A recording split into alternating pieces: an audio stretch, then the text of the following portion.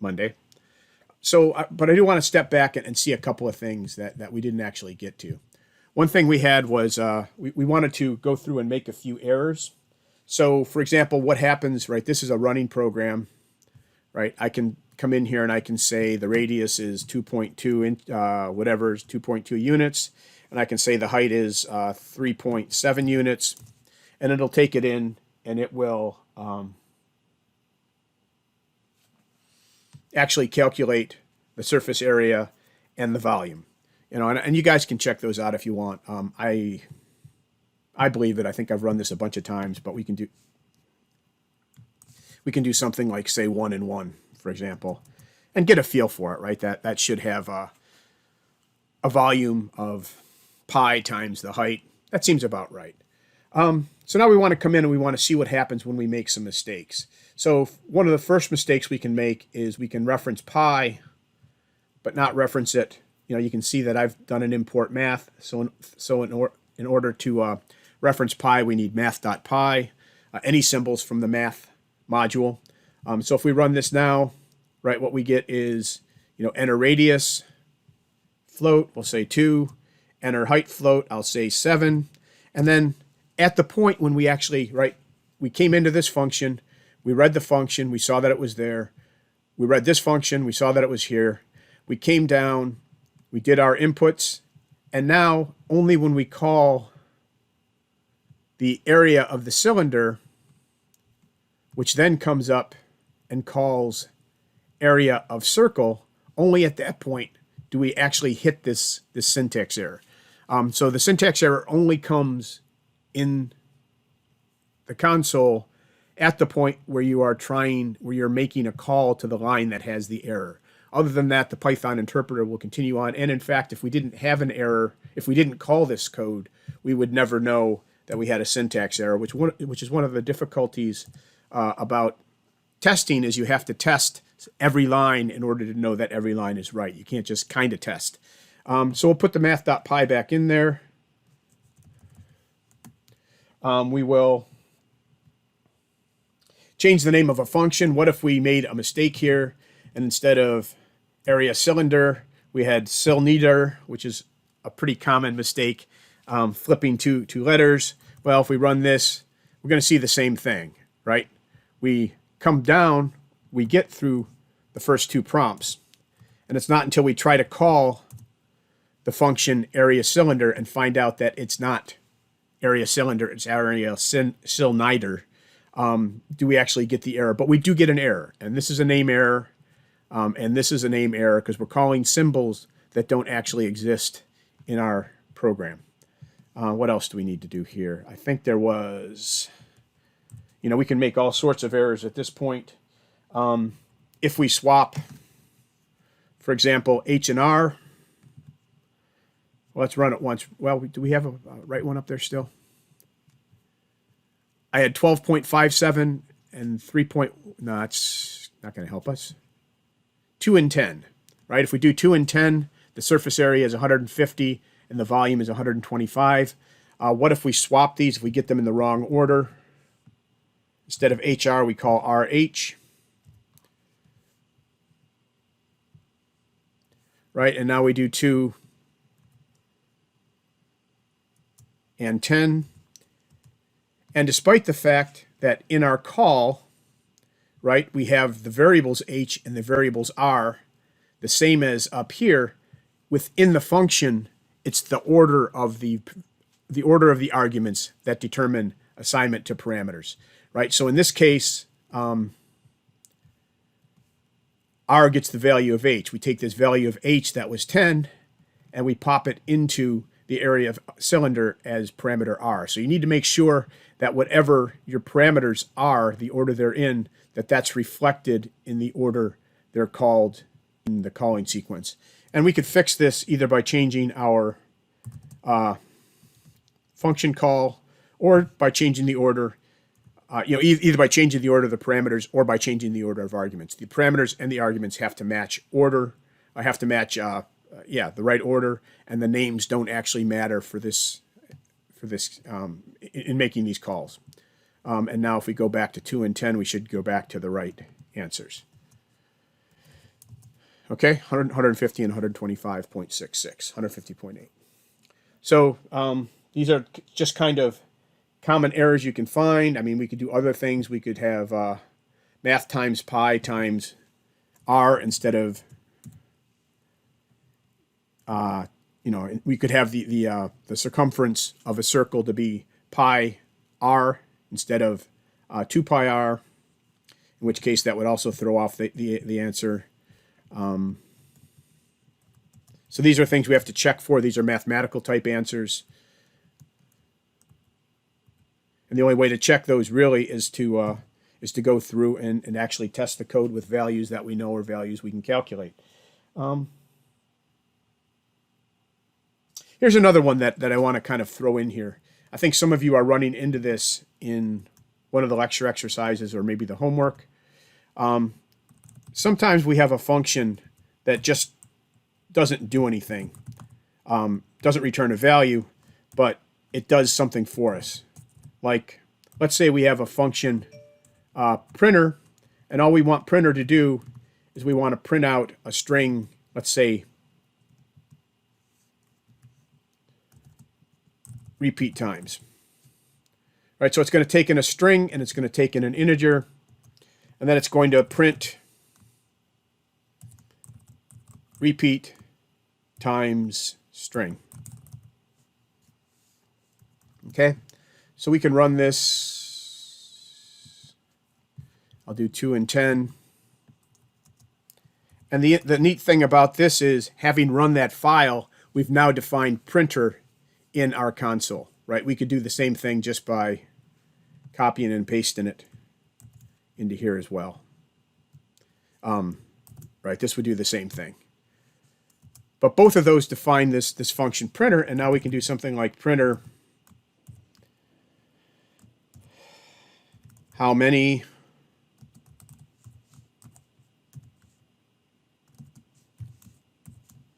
seven, and it'll print out how many 7 times, right? We don't need, in printer, we don't need a return statement because there's no value that's calculated that's of interest to the rest of the program. Its job is not to calculate something, it's to make our ability to print out multiple things easier, right? It's just a convenience function. All it does is print to the screen. No return values. The problem is you can actually, it does actually have a return value. So if we do something like pull up printer and now say print printer with the parameters, right? We're going to go in and execute the printer function, and it's going to print out these 7 things just like it did before. And then when we're done, the return value from printer, there's no return value, right? But the return value from printer is going to get printed out by the print statement. Well, a routine without a return value has a special value called none. So printing out the value of something that doesn't have a return statement prints out the value none. And in fact, we can do some other things with this. Instead of printing this, let's say type, right? The output from this function, right, which we know is the value none, is of type none type. So they have a special object that refers to something that doesn't have a return value, right? One final thing we can do with this, if we look at the definition of the printer function, we can actually have a return, but no return value. So now we actually do have the return in printer, but we're still not giving it a value. So we can go to 10, right? And like I said, this gives us, this is the same as cutting and pasting in there.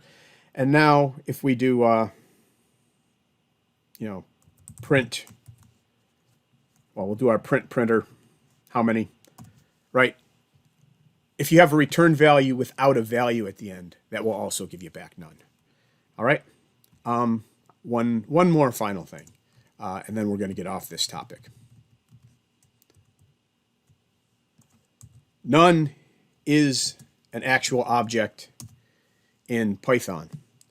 So you can actually assign it to a variable like x, and you can actually print x if you'd like, right? That's all legal. It's still gives you no information, but it is legal. Okay, so that was the last thing I kind of wanted to talk about with regard to mistakes. I do want to point out that this is a fairly nice, up until I put the printer function in there, was a fairly nice, this is what we expect you guys to do with your format. We have a nice little block up at the top to say what the file does.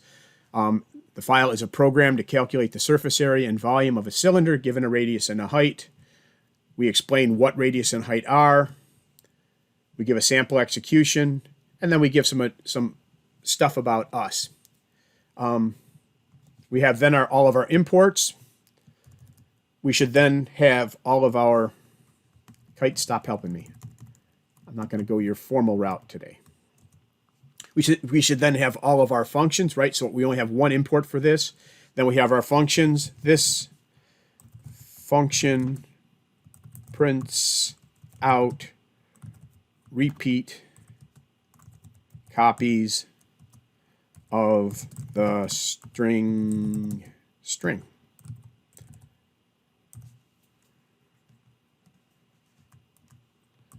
String and repeat are the input parameters.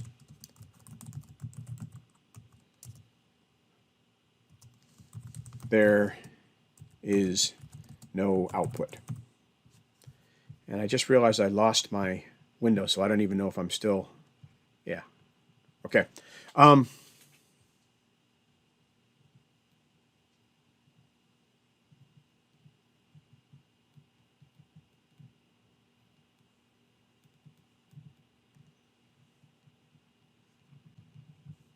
All right, I just realized that my chat was minimized, and I didn't see anything. All right, I think we're relatively caught up. No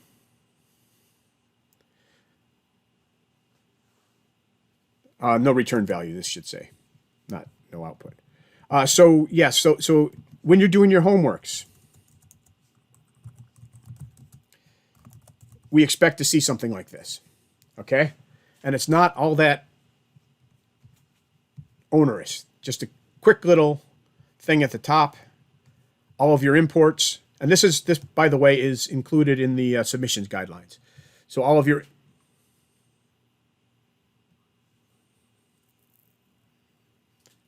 It shouldn't. The only time it would spaz out with comments is if you use an illegal character, because it does parse all the comments. So if you use... a character from a character set that it's not using, and that happens if you cut and paste from the PDF. Sometimes you'll get like a backwards quote or a long dash, which are UTF-16, UTF-8, and Submiti only understands ASCII. So as long as you don't do that, you'll be fine. And if you do that, what you'll get is the static analysis. Your program will still run, but the static analysis where we look for things like, are you using the right function names, etc., that may crash. Homework 1, I think we're pretty lenient on this. It's not a bad idea to get in the habit of doing this. What you should look at for homework 1 is look at how many points. Well, here, we'll go up here. Anyway, let me finish this up. This is something where we're going to, this you don't have to worry about yet, but we'll get into what that means and why you would want to do it. That's a guard. But we'll talk about that later. If you want to get in the habit of doing it, you just repeat this line every time and then indent. But other than that, this is kind of what we're looking for, particularly now. What was there? Was there a question? Yeah, I actually have it on this time. Thank you, though. I started recording 10 minutes before the lecture started. I hope. Let me check. Yes, it's still recording. Okay. Yeah, I please remind me every time if you want. That's fine. Because it is a pain to go back and re-record. These comments are actually multi-line strings. Yes. You can also use, for now, you can also use the pound sign. There's reasons for using the multi-line strings that we'll get to when we start talking about modules. It makes documenting and help functions much easier. But for now, that's kind of what we want you to do. Homework 1. Let me submit my homework 1. Okay. So yeah, so 15 points of homework 1 are on things like project organization, right? The correct ordering. You can tell when you come into the submission, what you want to look at is you want to look, how do I do this?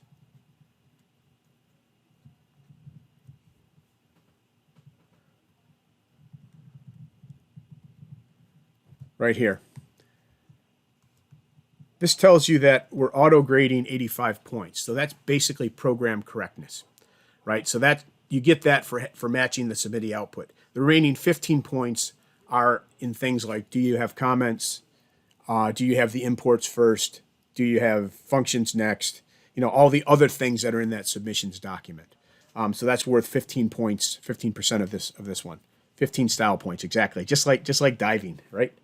You make a little splash, you get a lot of style points. If submittee is wrong, is it really program correctness? If submittee is wrong, we made an error.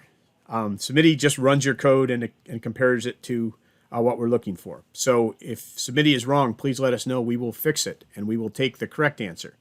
That said, matching submittee's output is required.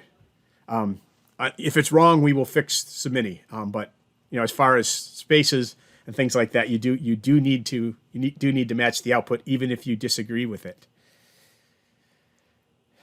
No, the UTF at the beginning of the Pi file is fine. What it doesn't do though is it doesn't tell the static parser isn't the Python interpreter. The static parser is what goes through and allows us to do things like check to see whether you're using an if statement when we tell you not to, or that you're using convert to Farron when we ask you to. And sometimes that has problems. We've been working on it. I think we've got most of those out, but every now and then it still comes back to haunt us.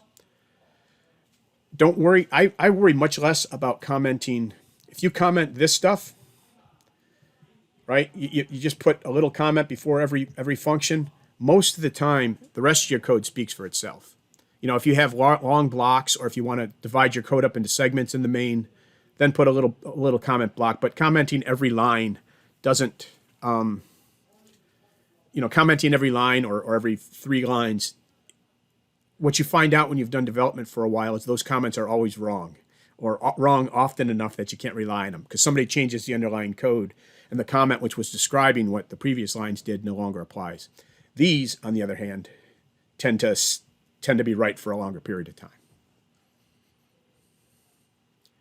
Functions at the start of the program, and for functions. And if you get into something complicated or you have an interesting piece of code that isn't obvious, throw a comment in. But most of the time, this is what we're looking for.